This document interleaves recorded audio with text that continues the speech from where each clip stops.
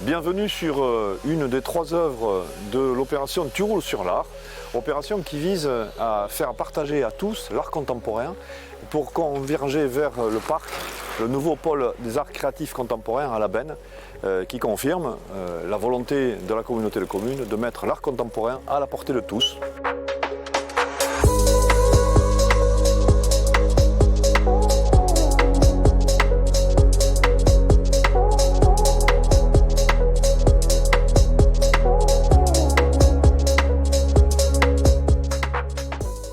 Tu roules sur l'art est né il y a quelques années quand avec Didier on traversait les pistes cyclables dans les Landes et on a eu cette idée-là d'amener de l'art dans un endroit où on l'attend pas. Quand on est comme ça en train de pédaler sur son vélo, l'esprit se met en mode un peu méditatif ou contemplatif et il y a des idées qui arrivent et c'est comme ça que l'idée est venue de faire ces grandes fresques sur la piste cyclable et de mettre ces 3 mots « Tu roules sur l'art ». Les sols, c'est vraiment une première. C'est un beau challenge graphique, technique. L'idée de peindre au sol, déjà, c'est un vrai challenge quand on est muraliste. Ce qui m'a forcément plu et ce qui fait partie de ce que j'aime dans ma pratique, c'est de peindre dans l'espace public. Ça permet pour moi de garder cette image de l'art qui reste populaire. Et comme je le disais aux passants, là, vous roulez sur l'art, vous n'avez pas besoin de prendre de ticket pour aller au musée, vous êtes directement dans le musée. On fait souvent des ateliers avec des enfants et je crois que dans nos pratiques artistiques, c'est vraiment quelque chose qu'on aime beaucoup faire. Ça nous touche de ramener ça auprès des enfants.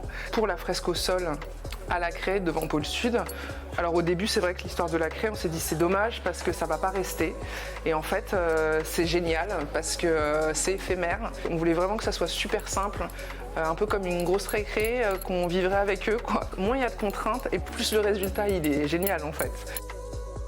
Normalement, je peins à la verticale et du coup on passe devant, on regarde la fresque en face à face et puis là il fallait peindre au sol, donc on ne peut pas peindre du tout de la même manière, il fallait trouver un moyen de se projeter en support horizontal et vu que je mets souvent des oiseaux dans mes fresques, donc j'ai essayé de trouver ce qui avait de particulier au paysage des Landes vu du ciel. Mon dessin en fait c'est ma vision de ce paysage. L'intention donc moi c'est d'amener les gens à rencontrer la couleur là où on l'attend pas, de ralentir aussi un petit peu le rythme, d'amener la contemplation, le voyage un peu dans l'imaginaire.